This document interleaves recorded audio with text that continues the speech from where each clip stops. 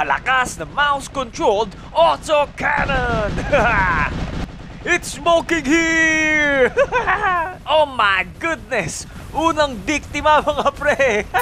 Sorry! Hey guys! What's up? What's up? Ito ang mouse cursor controlled 100 autocannon! Kaya ng laser at seaweeds ko, malakas na PvP weapon to. Matindi to mga pre. Pero sa 100 cannons, may mga problema din dito ha. NANI? Kaya nito, minsan nawawala ang kontrol. Kaya kailangan umalis sa cannon muna tapos bumalik para makontrol ulit. Pero pag nasa kontrol na, aba, patay kalaban dito. May solusyon naman sa mga problema na yan mga pre. Mamaya papakita ko. Boom! At syempre, may kahinaan din to. Medyo mabagal to laban sa drone at eroplano. At nasa iisang pwesto lang kasi to. Madali punteryahin ang mga lumilipad. Itong mouse cursor controlled minigun ko ang matindi laban sa mga yan. Pero sa mababagal na target, malupit to.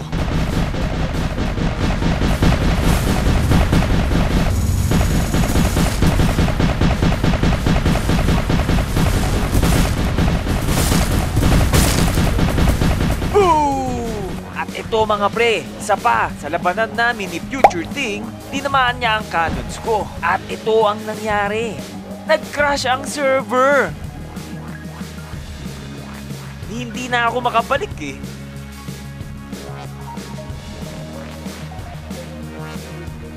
Tinanong ko din sila at sinabi din nila na nasira nga ang server.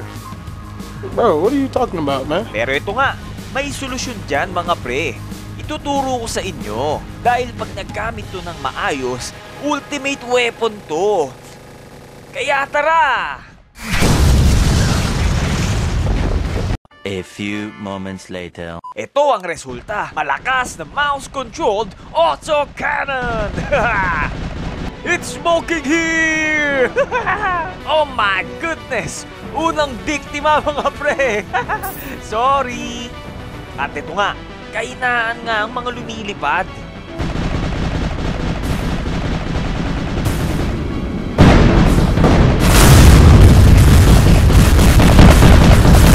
Pero sigurado namang makakaisip din tayo ng technique para dito. At ito nga ang seaweeds ko ang mas matinding panlaban sa mga yan. Pero ito, tangke, yeah! Ayos na ayos! At kahit 100 cannons na to, wala akong problema sa pag-control dito. Sa ngayon, hindi pa naman nasisira ang server uli. Mga pre, nasa description ang link ng tutorial. By the way, kung di pa kayo nakasubscribe, mag-subscribe na kayo. And please, like and share the video. Salamat sa panonood mga pre. Bye-bye!